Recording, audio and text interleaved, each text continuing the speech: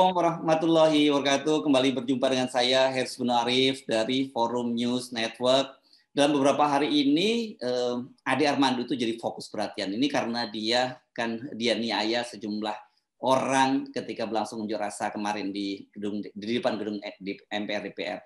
Banyak yang mengecam aksi-aksi ini, tetapi banyak juga yang mencoba mendudukkan persoalannya dan melihat mengapa peristiwa itu bisa terjadi. Salah satunya itu adalah mantan Komisioner Komnas HAM, Bung Natalius Pigai. Nah, stand-nya menarik karena dia menyatakan bahwa Ade Armando itu adalah korban tapi selaku pelaku kekerasan. Nah, saya akan diskusikan ini dengan Bung Natalius Pigai. Halo, Bung Pigai. Halo, selamat siang. Selamat berpuasa. Assalamualaikum. Waalaikumsalam warahmatullahi wabarakatuh. Terima kasih, Bung Pigai. Jadi ini saya ketika kemudian membaca Twitter Anda itu, saya merasa nggak salah ini ya Bung Pigai menyampaikan bahwa Ade Armando itu adalah korban tapi sekaligus juga pelaku. Dan ini kemudian Anda membuat circumstance of crime-nya gitu ya. Dan kemudian ada tahapan-tahapannya. Coba Anda bisa jelaskan ini, Bung Pigai. Ya, baik. Yang pertama, saya harus menyampaikan keprihatinan atas peristiwa ini ya. Jadi apapun ceritanya, kekerasan tidak dapat dibenarkan. Ya, dalam konteks kekerasan ini, saya harus menjelaskan ada dua kekerasan yang terjadi dalam peristiwa kemarin. Kekerasan yang pertama adalah kekerasan fisik, di mana pelakunya adalah sekelompok orang yang hadir dalam demonstrasi. Itu korbannya adalah Ade Armando. Kekerasan yang kedua adalah kekerasan verbal. Kekerasan verbal itu lebih cenderung tujukan kepada Ade Armando, ya. Ini analisa ya dan dugaan. Yang tujukan kepada pelakunya adalah Ade Armando, korbannya adalah mungkin sebagian, tidak semua, tapi sebagian demonstran yang hadir kemarin. Apa tindakan-tindakan yang dilakukan oleh Pak Ade Armando? Yang pertama adalah ya, Ade Armando memiliki sebuah catatan, ya, rekam jejak yang memiliki catatan khusus terkait dengan hate speech, kekerasan verbal terhadap masyarakat Indonesia, termasuk umat Islam dan kaum pribumi, ya, termasuk juga kepada oposisi. Orang yang memiliki rekam jejak yang sama, tindakan dan perbuatan yang sama, yaitu hate speech, kekerasan verbal, maka ending daripada proses hukum itu adalah berhenti apakah orang itu baru sekali lakukan atau dia melakukan berulang kali.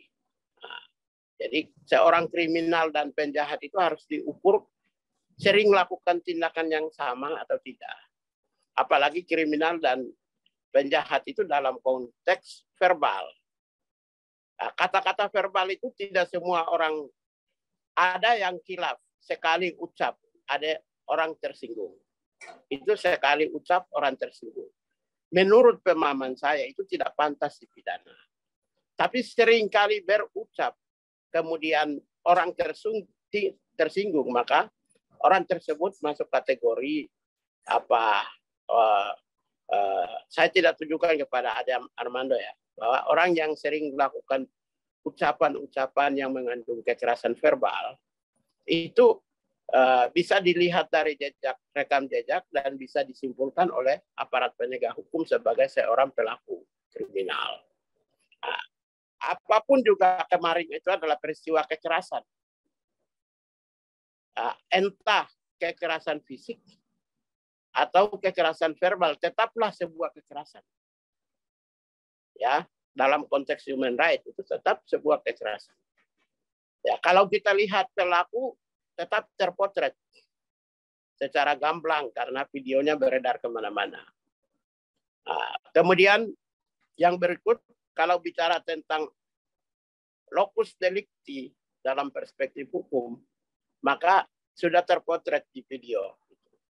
Kemudian tempus delicti dalam konteks hukum juga terpotret di video. Nah, sekarang ketika kita analisis dari circumstance of crime, ada dua perspektif sudut pandang. Ada dua versi. Ya, aspek yang pertama dari sisi circumstance of crime adalah tindakan perbuatan kekerasan fisik yang dilakukan oleh mereka orang-orang yang hadir dalam beberapa oknum yang hadir dalam demonstran terhadap Ade Armando. Ya, itu yang pertama. Karena itu ini gampang disimpulkan oleh aparat penegak hukum. Karena perbuatannya jelas, terlihat, tindakan juga terlihat, niat dan motif juga terlihat.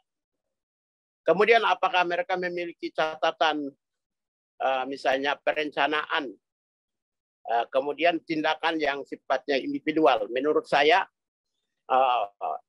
pelaku kekerasan terhadap Ade Armando mereka tidak dalam konteks atau sebuah tindakan kekerasan perencanaan. Tidak ada perbuatan perencanaan atau direncanakan. Ya, ya. Karena sangat tidak mungkin Ade Armando itu bukan bagian dari mereka dan sangat tidak mungkin tahu Ade Armando akan datang. Jadi bagaimana direncanakan? Ya. Kemudian kalau disebut bahwa kekerasan dilakukan oleh oknum atau individu, menurut saya juga tidak. Itu aksi massa. Massa ini ya.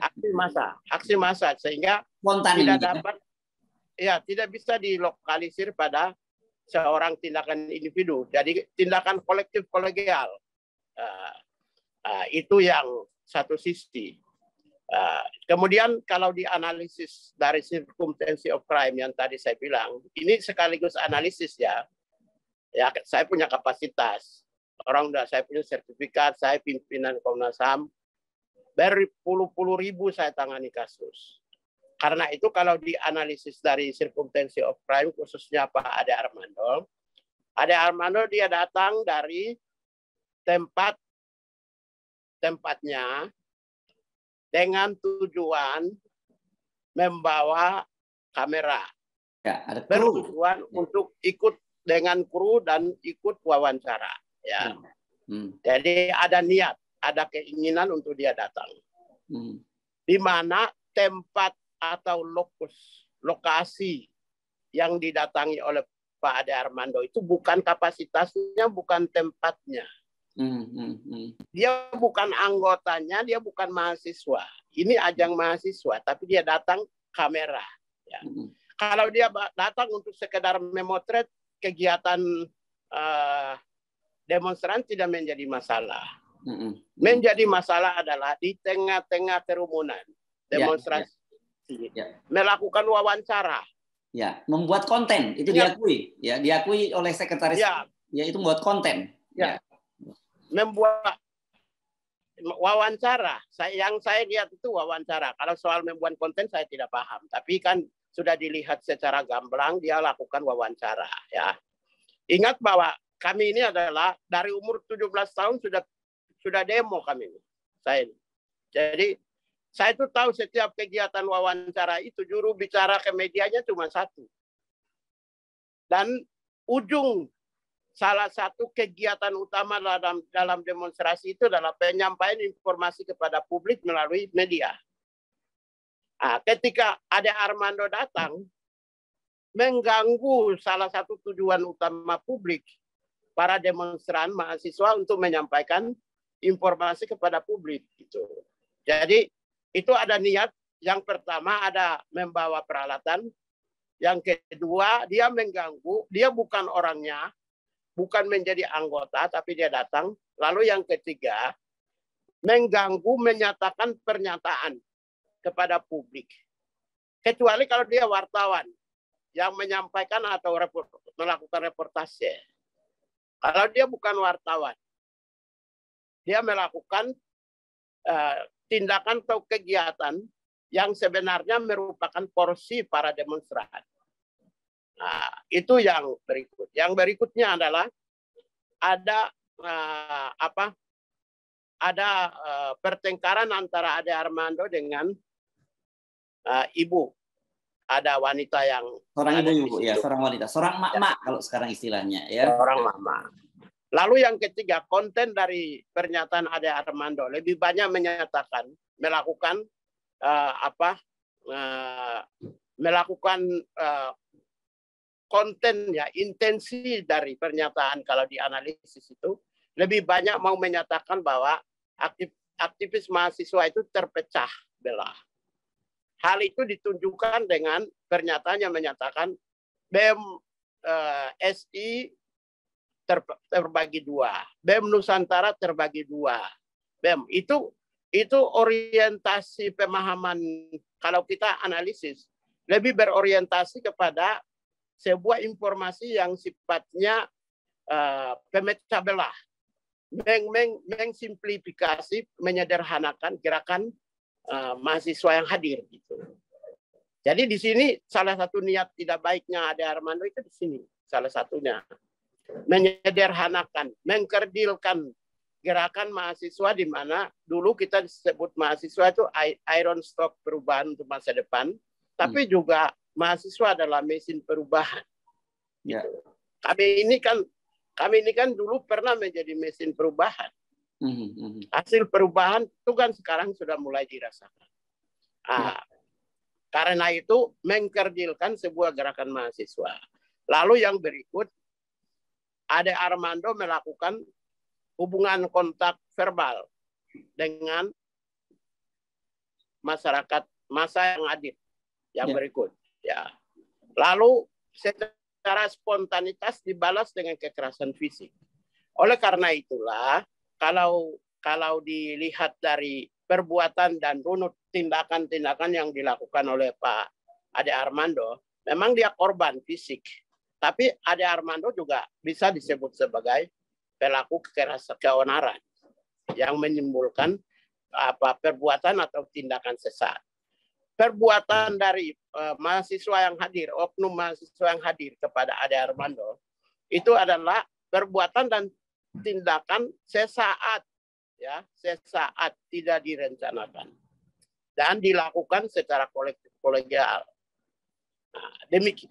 Sementara kalau dilihat itu justru kalau dianalisis circumstances of crime yang tadi saya sampaikan, itu justru Ade Armando lebih terencana, berorientasi dan bertujuan untuk mengganggu demonstrasi mahasiswa itu. Jadi originalitas, genuinitas, penyampaian pendapat, pikiran dan perasaan mahasiswa itu diganggu oleh orang-orang yang bukan mahasiswa gitu. Kalau kita lihat juga sebenarnya gerakan akademisi itu kan harus di dunia akademis gitu. Ya, harus di zaman dulu justru lebih hebat tahun 60-an, 70-an. Lahirlah akademisi-akademisi yang hebat, menyampaikan, mengoreksi kebijakan negara, menyampaikan pendapat, pikiran, dan perasaan kehendak rakyat, bonum comune. Tetapi kan justru sekarang para akademisi muncul sebagai buzzer. Jadi kalau saya they ya, pakai kata they. Jadi they were jeopardized and catastrophic its citizenship. Jadi mereka adalah perusak dan penghancur negara. Bukan seorang akademi yang teknokrat yang bisa membangun. Saya pakai kata they. Keras sekali ya, Bung Anatolius Pigai. Iya, kan saya pakai kata they. They itu kan banyak orang, bukan satu orang. Jadi coba lihat itu gerakan-gerakan. Dulu profesor-profesor itu adalah aktivis, gerakan-gerakan pemikiran, gerakan tentang pembangunan, gerakan tentang bagaimana pencapaian kebijakan-kebijakan yang baik, mengoreksi kebijakan negara dan pemerintah dan para pejabat. Sekarang justru dunia kampus tuh hadir untuk menghantam citizenship. Saya bilang citizenship, warga negara. Jadi sudah mengalami pergeseran. Saya pikir kalau akademisi-akademisi yang hadir sebagai buzzer, yang mengganggu tatanan-tatanan bernegara, berbangsa, tatanan kehidupan rakyat, integrasi sosial, maka menurut saya sekarang sudah mengalami degradasi nilai dari bagaimana fungsi utama akademisi sebagai salah satu mesin perubahan dalam pemerintahan dan politik di sebuah negara. Okay. Jadi justru akademisi itu didegradasi oleh mereka-mereka ini. Menjadi problem adalah di titik yang sama, profesor-profesor yang hebat tidak pernah memberi kritikan kepada sesama akademisi itu. Itu menjadi problem. Tidak menjadi counterpartnya mereka. Itu menjadi problem. Oke. Saya kira itu. Bung Natalius, balik lagi ya tadi ke circumstance of crime-nya tadi itu kan. Ade Armando di situ dijelaskan bahwa dia datang ke situ itu karena dia sendiri punya posisi yang sama dengan mahasiswa karena dia juga menentang 3 periode. Jadi apakah itu tidak bisa dijadikan semacam justifikasi kehadiran dia di gedung MPR DPR itu? Iya, jadi gini, harus dibedakan dengan intensi penyampaian Pak dengan komunitas. Ya, ini bicara dalam konteks komunitas. Bicara dalam konteks komunitas itu muncul ketika apakah BEM Nusantara hadirkah, apakah BEM SI hadirkah, itu bicara dalam konteks integrasi komunitas sebagai satu kesatuan elemen yang level yang sama. Sementara Ade Armando bukan sekalipun memiliki komunitas, dia bukan satu komunitas yang memiliki level yang sama. Kalau bicara 3 periode, ya menolak 3 periode. Saya juga menolak 3 periode. Bang Hersu juga menolak 3 periode. Berjuta-juta orang di Republik ini menolak 3 periode. Tapi kan tidak lantas kita datang. Ya, ini kan rumah orang, kamar orang Anda masuk. Kecuali kalau Anda diundang oleh para pemilik hajatan. Ya, baru bisa. Tapi kan Anda tidak bisa menyederhanakan karena pemikiran yang sama. Berjuta-juta orang pemikiran yang sama, tapi kan tahu diri. Memiliki etika untuk tidak boleh masuk rumah tangga orang. Apalagi kader-kader rakyat kecil itu dibiarkan untuk biarkan anak-anak muda. Kita berikan kesempatan untuk melatih diri bagaimana berpikir yang baik. Bagaimana mengekspresikan pemikiran-pemikiran yang baik. Bagaimana membangun organisasi yang baik. Bagaimana membangun sebuah gerakan perubahan yang baik. Nah, dan dipantau, Pak Ade Armando memiliki konten, memiliki sumber daya yang cukup untuk bisa mengucapkan pendapat. Tapi tidak mesti hadir di tengah-tengah mahasiswa. Okay. Ya, di situ kalau dilihat dari maksud-maksud yang mendasari kehadiran Pak Ade Armando itu secara akal sehat, rasionalitas dan perspektif perspektif hukum itu tidak dapat dibenarkan. Kalau maaf aja kalau Edi Mulyadi aja ditangkap karena dianggap membuat keonaran, kenapa mereka ini dibiarkan begitu. Ya. Jadi equal kan. Namanya profesional itu harus equal. Okay. Penegak hukumnya equal. Contoh begini. Anda boleh mengkritik secara tegas dan jelas terhadap penguasa. Pejabat negara.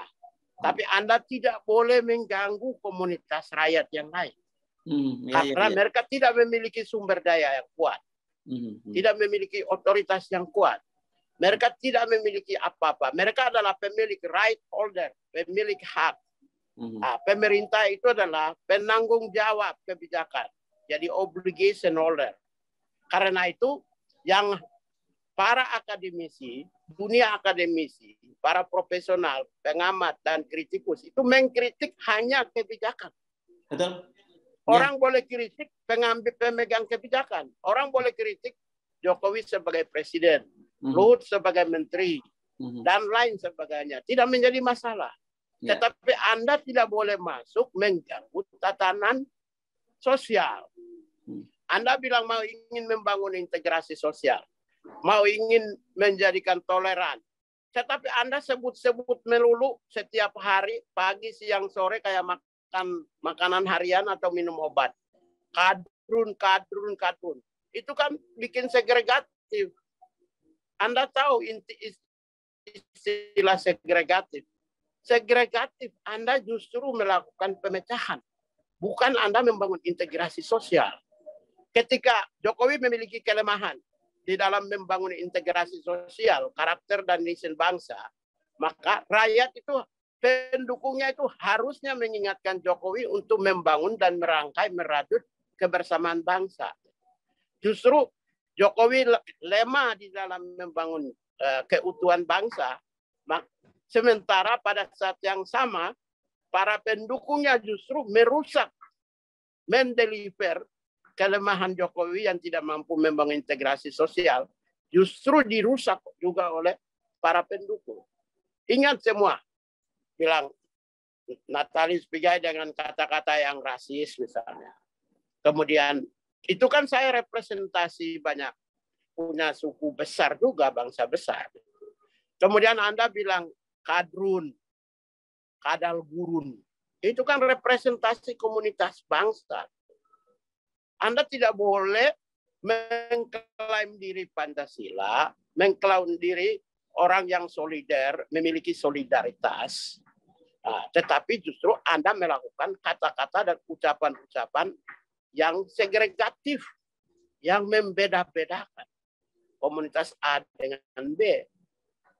Jadi sangat menurut saya, yang problem bangsa ini adalah orang-orang yang berada dalam kekuasaan negara maupun yang mendukung kebijakan negara itu belum memiliki sumber daya yang kuat dalam berpikir. Itu aja kelemahannya. Okay. Karena itu kami yang oposisi biasanya memberikan, mengisi kekurangan-kekurangan berpikir mereka. Sebenarnya. Ya, sebenarnya. Ya. Oke, saya ingin mendalami sedikit masalah kekerasan verbal. Dan saya kira orang seperti Anda, juga etnis Papua, itu sangat sering mengalami kekerasan verbal ini ya. Coba Anda supaya orang bisa berempati itu, apa sih dampak kekerasan verbal itu terhadap seseorang itu? Ya, kekerasan verbal itu kan begini, Pak. Kekerasan verbal itu sebuah ucapan-ucapan yang menentang kehendak publik. Ucapan-ucapan yang menyakiti publik. Ucapan-ucapan yang menyakiti individu. Ucapan-ucapan yang berorientasi pada suku, ras, etnik, antar golongan. Ya. Jadi kalau kata-kata kadrun itu sebenarnya kekerasan verbal. Mohon maaf saja, saya tidak pernah ucapkan kata kadrun atau kata-kata yang mensegregasi. Itu kata-kata verbal. Karena inti daripada kekerasan verbal, larangan terhadap kekerasan verbal, itu adalah ketika adanya kata-kata, ucapan-ucapan yang mensegregasi orang-orang Yahudi di Eropa pada saat dulu. Ya, ada fobia terhadap bangsa Yahudi.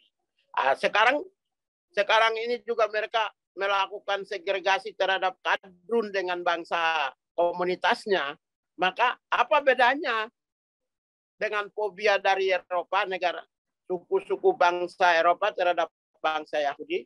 Kemudian sekarang juga mereka lakukan hal yang sama, fobia terhadap kadrun gitu. Jadi Islamofobia ya. Islamofobia, kemudian Arabfobia. Itu yang di-drive oleh mereka juga kan, kalau pakai kata-kata kadrun gitu. Ya. Ya, karena itulah pertama kali PBB memasukkan pasal yang menyangkut tentang kekerasan verbal untuk melindungi satu komunitas, suku, agama, ras, dan antar golongan, serta kekerasan verbal yang mengarah kepada yang menyakiti, pernyataan-pernyataan yang menyakiti seorang individu. Ya. Itu namanya kekerasan verbal. Jadi kalau ikuti pernyataan sebelumnya oleh Pak Ade Armando, kemudian kemarin dalam peristiwa kemarin itu menurut saya ya memiliki ada unsur kekerasan verbal. Tapi kekerasan verbal dalam bahasa hukum tidak ada. Yang ada itu adalah membuat keonaran publik. Nah, kalau yang di dalam undang-undang itu hate speech, undang-undang ITE. Nah, tapi menurut saya apapun yang terjadi kemarin harus menjadi sebuah pelajaran bahwa rakyat itu orientasinya gini, korban ya. Rakyat itu sering korban dari kebijakan itu terkait dengan sandang, pangan, papan. Jadi ketika rakyat penderitaan atas sandang, pangan, dan papan, maka seharusnya negara dengan para pendukungnya, termasuk oposisi, memiliki pemahaman yang sama. Negara-negara yang maju kan kalau bicara tentang how to fulfill net on human right need, bagaimana memenuhi kebutuhan HAM, misalnya sandang, pangan, papan, pendidikan, kesehatan, dan ekonomi, maka posisi orang yang berada di oposisi maupun posisi memiliki kehendak yang sama. Selalu titik temunya ada di situ. Tapi ini di negara ini justru ketika orang ucapkan tentang apa-apa mahal, minyak goreng, minyak, beras, kedelai misalnya, mahal, justru mereka yang berada di posisi pemerintah itu defensif. Gitu. Kalau coba kita lihat di negara di Amerika, ketika bicara tentang persoalan kehendak publik, mereka bersatu. Partai Republik maupun juga Partai Demokrat. Kalau bicara tentang pangan, mereka bersatu. Kalau bicara tentang kebutuhan-kebutuhan hidup, hajat hidup orang banyak, mereka bersatu. Tapi dalam konteks kebijakan-kebijakan luar negeri, dalam konteks tertentu, ya mereka berbeda. Itu tujuannya untuk merebut panggung publik, gitu. Ya. Merebut simpati publik. Ya. Nah, kalau kita ngomongin Islamofobia, kan baru saja PBB juga mengesahkan tanggal 15 Maret itu sebagai hari anti Islamofobia. Tapi sekarang ini di Indonesia ini orang-orang yang kita kenal sebagai pendukung pemerintah itu terus-menerus memproduksi ini. Saya membayangkan betapa primitifnya ya sebenarnya negara kita ini. Jadi gini, ya ini pertanyaan yang bagus, Bro. Jadi kami yang Kristen, non-Islam, ya kami yang Katolik, Kristen ini ketika PBB mengesahkan itu, ya kami sudah tahu diri. Justru yang kita khawatirkan itu adalah justru komunitas Islam itu sendiri. Apakah by design ataukah justru kehendak pribadi yang bersangkutan untuk mencari sesuatu. Jadi yang dikhawatirkan bagi kami justru khawatirkan konteks Islamofobia itu akan muncul justru dilakukan oleh orang-orang yang beragama Islam. Apakah Islam yang sesungguhnya atau Islam yang tidak sesungguhnya, Islam beridentitas atau Islam yang beridentitas tapi bukan Islami, justru kita khawatirkan di situ.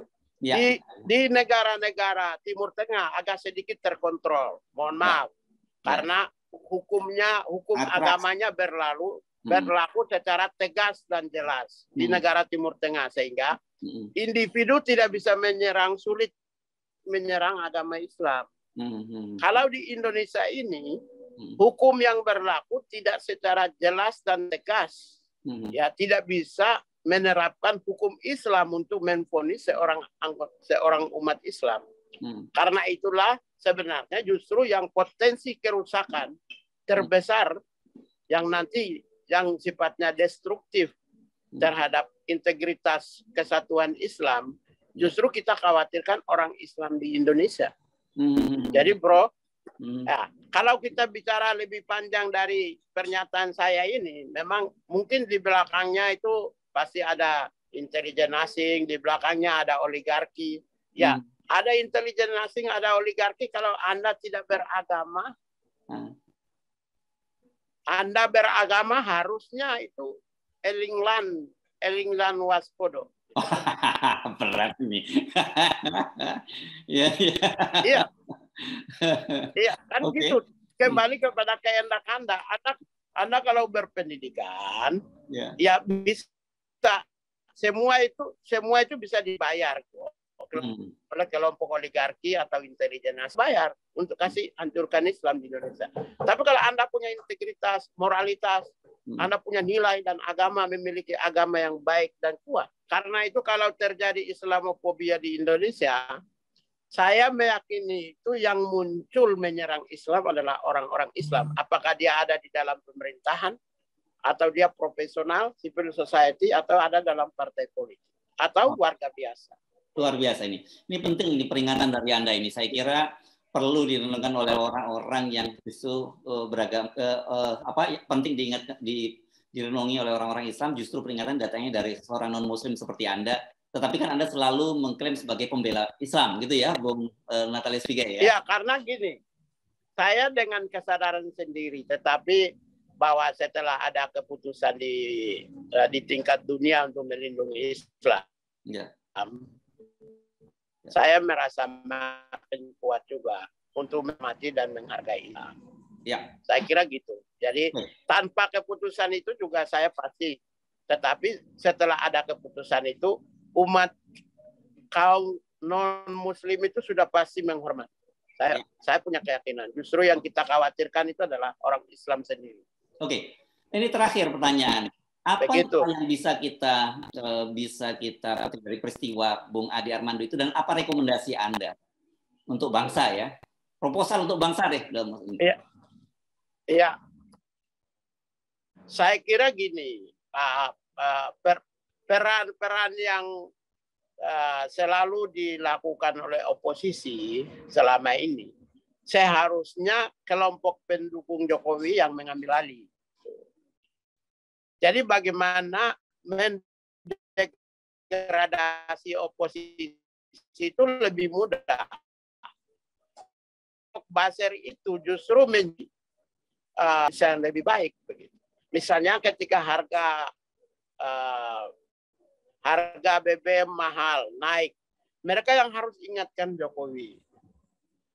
Ketika pembangunan tidak merata se-Indonesia, mereka yang harus ingatkan Jokowi. Ketika oposisi tidak dirangkul, mereka yang harus ingatkan ke Jokowi.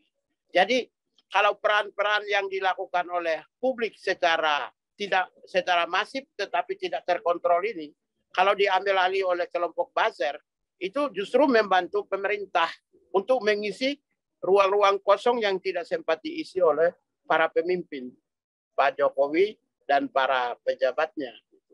Nah, jadi kalau lebih canggih, kalau berpikir lebih canggih, sebenarnya mereka justru jadi orang yang memberikan early warning terhadap pemerintah, orang yang memberikan masukan-masukan terhadap kebijakan-kebijakan yang populis untuk membangun Indonesia yang lebih baik.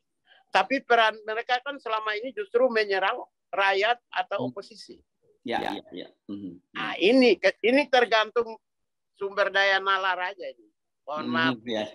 Jam terbang dan sumber daya nalar. Ya. Kalau jam terbang dan sumber daya nalarnya tidak sampai, ya begitulah. Oke. Ya. Oke, saya kira begitu. Luar biasa sekali apa yang Anda sampaikan, Bung. Seperti biasa sebenarnya. Kalau luar biasa itu seperti biasa ya. Terima kasih banyak, Bung Natalius Pigai. Sama-sama. Selamat berpuasa ya, Bro. Ya, terima kasih. Oke, demikian tadi perbincangan saya dengan Bung Natalius Pigai, seorang aktivis, seorang pegiat kemanusiaan, dan juga mantan komisioner dari Komnas HAM. Saya Hersbun Arif mengucapkan terima kasih atas kebersamaan ini. Assalamualaikum warahmatullahi wabarakatuh.